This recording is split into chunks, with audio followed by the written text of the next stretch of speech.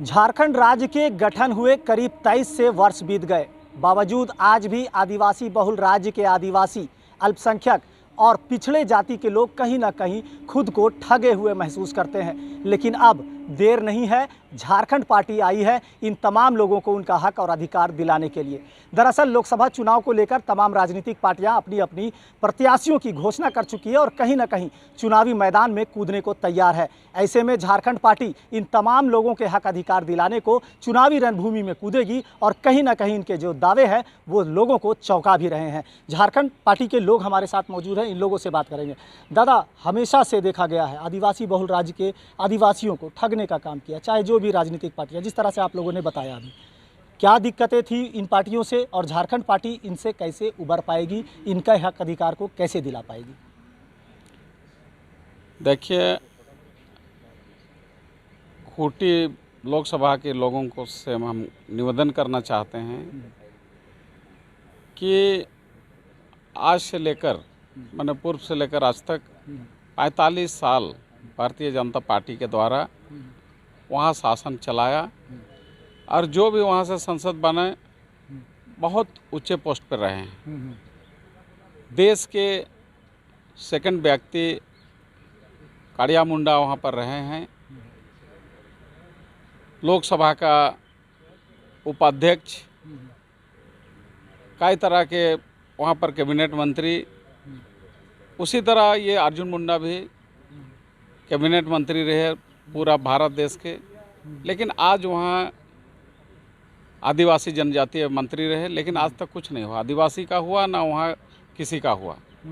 उसी तरह उसके बाद में उनको मिला कृषि मंत्री, लेकिन आज तक कोई किसान का खेत में एक बूंद पानी नहीं पहुँचा है। इस तरह से जो बड़ी समस्या समाधान नहीं हुआ तो छोटी समस्या कैसे समाधान होगा। इसलिए भारतीय जनता पार्टी से लोग त्रस्त हैं और इस बार सभी को मुंह मोड़ लिया है कि ना कांग्रेस पार्टी को देंगे ना और बीजेपी को देंगे।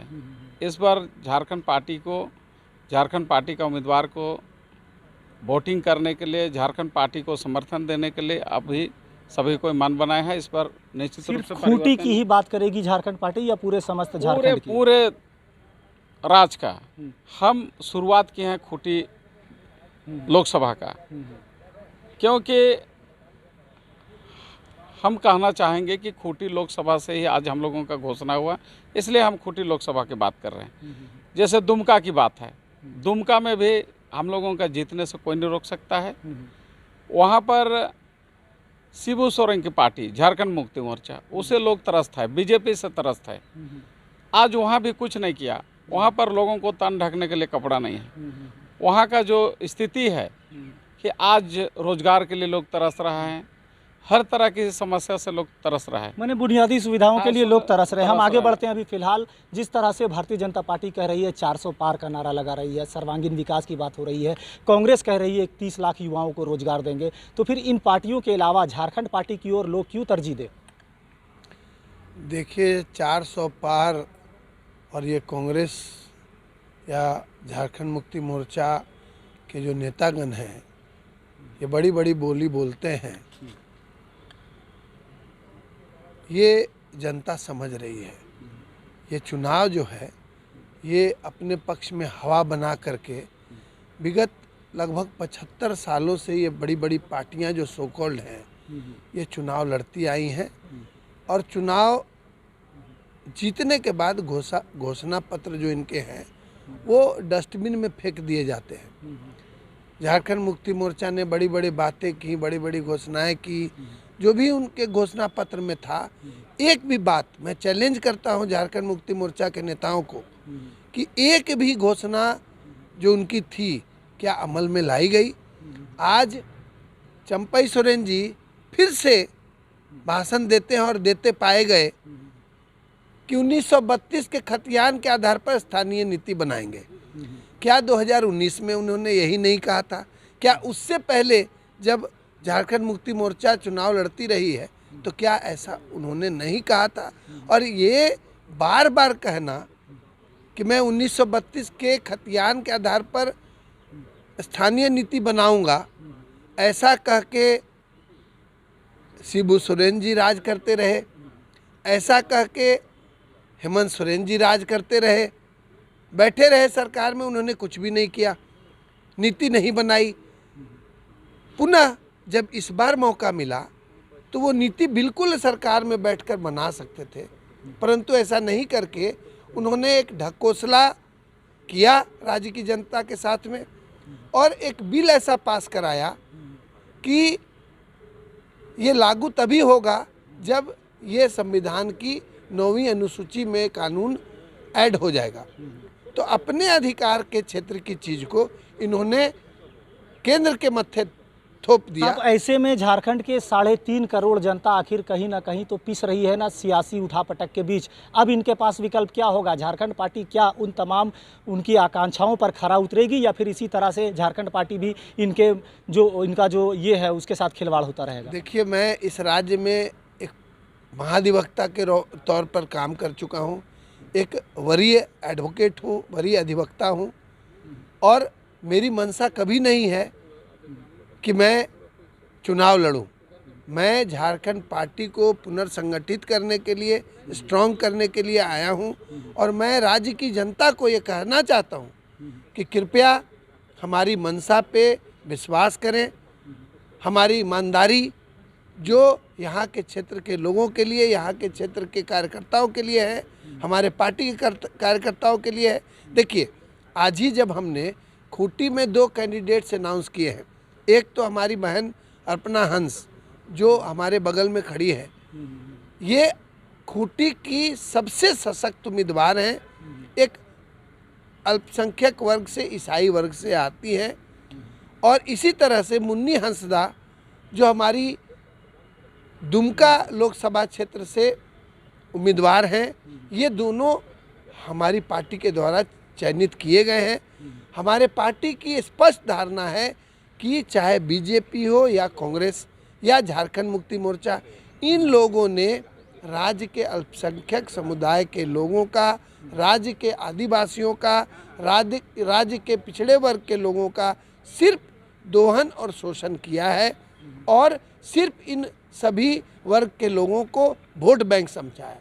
तो राज्य की जनता जो त्रस्त आ चुकी है इनके कारनामों से, अब हमें हर वैसी सीट पे जरूर अपना मत और समर्थन देगी जो हम लोग तन्मयता से, ईमानदारी से लड़ना चाहते हैं। तो झारखंड पार्टी पूरी ईमानदारी के साथ झारखंड के लोगों के हक अधिकार दिलाने की बात कर रही है। इसी में से झारखंड पार्टी जो है वो अपने 2 प्रत्याशी, जिसमें खूंटी और दुमका से प्रत्याशी दिया है, और इसमें पहली प्रत्याशी जो है वो है अर्पणा हंस जो कि खूंटी लोकसभा क्षेत्र से है।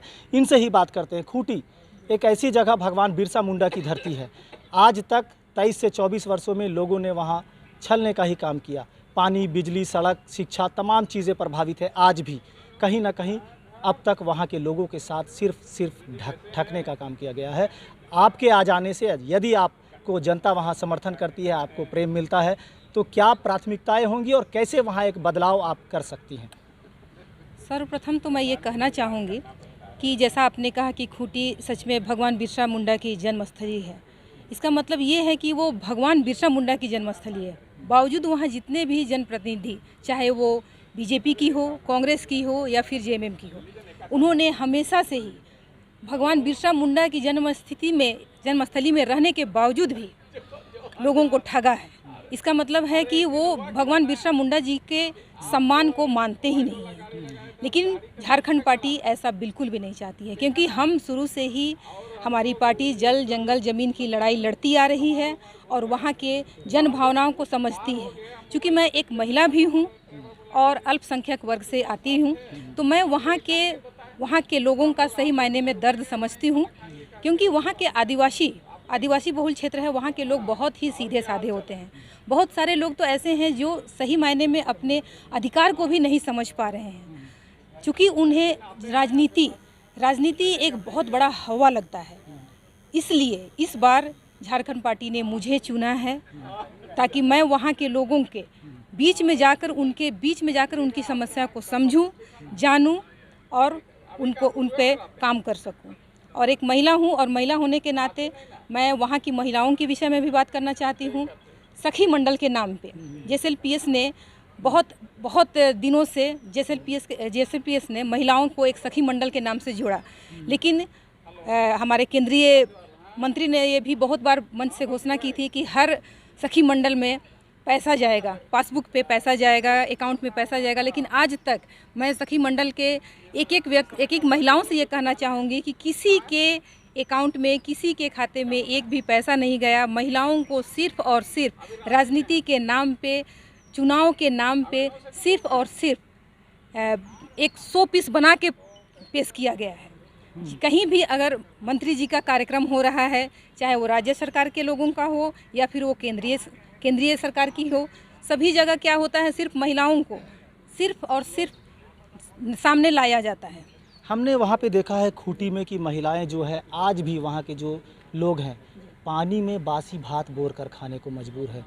हमने आपसे सवाल किया था कि क्या आप वहाँ पर अगर आती हैं तो इस मतलब इस चीज़ को वहाँ पे बदलाव चाहेंगे कि ये बदलाव होना चाहिए, वहाँ के लोग भी आगे बढ़ने चाहिए, वहाँ शिक्षा व्यवस्था बढ़िया होनी चाहिए, बुनियादी सुविधाएं के नाम पर आज तक जो सियासत वहाँ होती रही है, इसमें कोई बदलाव होना चाहिए कि नहीं? बिल्कुल होनी चाहिए। आपने जो कहा एक बासी भात, तो बासी भात हमारा शायद आपको हम एक बात बता देते हैं कि ये ट्रेडिशनल फूड है हमारा। बासी भात चूँकि गर्मी के दिनों में क्या होता है कि जब बहुत थकाए हुए, चूँकि किसान लोग होते हैं वहाँ, रेजा वर्ग होता है, श्रमिक वर्ग है वहाँ, तो वहाँ लोग काम करते हैं, तो दोपहर का भोजन प्राय वो पानी डालकर ही खाते हैं। वो उनके स्वास्थ्य के लिए अच्छा होता है। लेकिन आज की स्थिति में वहाँ एक मजबूरी बन गई है। वो खाना हमारा अब एक ट्रेडिशनल खाना नहीं रह गया, बल्कि वो मजबूरी बन के रह गया। खूंटी लोकसभा क्षेत्र में काफ़ी बड़ी चुनौती होगी, बड़े बड़े दिग्गज नेता आपके सामने हैं, इनसे कैसे चुनौतीपूर्ण आपका मुकाबला होगा और क्या कुछ लगता है कि आपको सफलता मिलेगी?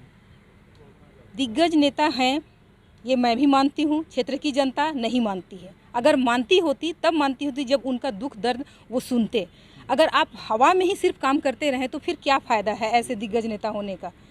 मैं एक एक परिवार का और एक एक लोगों का दर्द को वहाँ समझती हूँ, क्योंकि मैं पिछले विगत कई दिनों से वहाँ एक सामाजिक कार्यकर्ता के रूप में भी कार्य करती आ रही हूँ।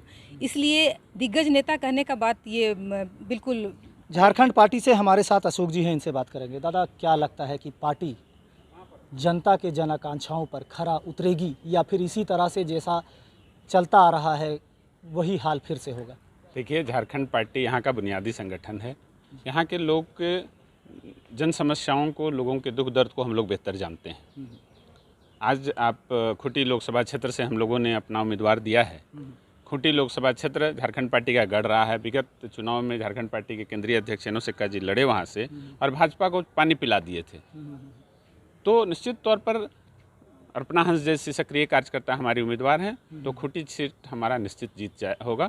और एक महत्वपूर्ण बात हम कहना चाहते हैं, कांग्रेस पार्टी या भारतीय जनता पार्टी जो भी हो, ये सारे लोग धर्म के नाम पर राजनीति करते हैं, जात के नाम पर राजनीति करते हैं, धर्मांधता के नाम पर राजनीति करते हैं। झारखंड पार्टी यहाँ के आदिवासी, मूलवासी, ईसाई, हिंदू सारे लोगों के हित की बात करती है। लेकिन जहाँ जिसकी संख्या है उसको हम राजनीतिक नेतृत्व देना चाहते हैं। आज खूंटी लोकसभा क्षेत्र में आप देखिए, अल्पसंख्यक बहुल क्षेत्र है, लेकिन कांग्रेस पार्टी उनको अपना बंधुआ मजदूर समझती है। एक भी उम्मीदवार देने का काम नहीं की पूरे झारखंड में अल्पसंख्यकों को। तो झारखंड पार्टी ने एक ईसाई समुदाय की मजबूत महिला को वहाँ उतारा है। सारे लोग एकजुट होंगे, झारखंड पार्टी निश्चित जीतेगी खूंटी क्षेत्र में। बहरहाल तो झारखंड राज्य में अब धर्म की राजनीति नहीं चलेगी, धर्म पर सियासत नहीं चलेगा, ऐसा कहना है झारखंड पार्टी का। इन्होंने सीधे तौर पर कहा है कि अब तक 23 से 24 वर्षों में झारखंडियों को सिर्फ ठगने और लूटने का काम किया है। चाहे जो भी राजनीतिक पार्टियां हों, अब तक जनता को सिर्फ और सिर्फ ठगने का और इन्हें छलने का काम किया गया है। लेकिन झारखंड पार्टी इन तमाम लोगों को, खासकर झारखंड के 3.5 करोड़ जनता के हक अधिकार को दिलाने का काम करेगी। और इसके लिए फिलहाल 2 प्रत्याशियों की घोषणा और चुनावी मैदान में प्रत्याशियों की बात रख दी गई है, जिसमें खूंटी से और दुमका से प्रत्याशियों के नाम सामने आए हैं। अब देखना होगा इस सा और मात के खेल में जीत किसे मिलती है और हार किसे नसीब होता है, ये देखने वाली बात होगी। लेकिन फिलहाल झारखंड पार्टी का जो आत्मविश्वास है वो 7वें आसमान पर अभी से नज़र आ रहा है। इसी तरह की तमाम जानकारी और खबरों के लिए लगातार बने रहें QMS न्यूज़ के साथ।